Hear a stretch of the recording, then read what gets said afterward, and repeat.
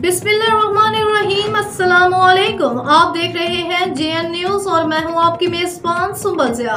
Bulletin का बाकायदा आगाज करते हैं और शामिल करते हैं अब तक की अहम तरीन खबरें। अब एक बहावलपुर दरबार आलिया सुल्तान औलिया पीर तरीक़त रहबर शरीयत ग़ज़ाली ज़मा मखदूम अलहाज हज़रत ग़ुलाम मोहम्मद मुस्तफ़ा शाह हाशमी हक़ानी अलकादरी चिश्तिया सहरवर्दिया रहमतुल्लाह अलैह का पहला उर्स मुबारक आज बड़ी अक़ीदत और एहतराम से मनाया जाएगा।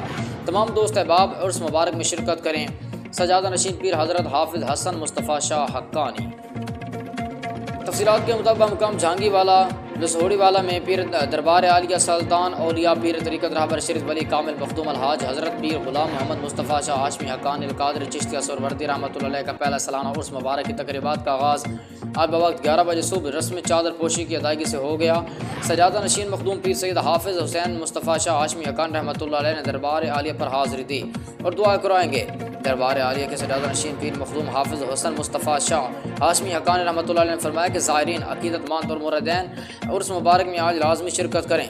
सजादा नशीन सदारत खुतबा भी देंगे। सजादा नशीन दरबार आलिया ने मुरीदैन में तबरुकात जिसमें तस्बीह टोपी अत्तर भी तकसीम करेंगे। उर्स मुबारक अक़ीदत एहतराम से मनाया जाएगा।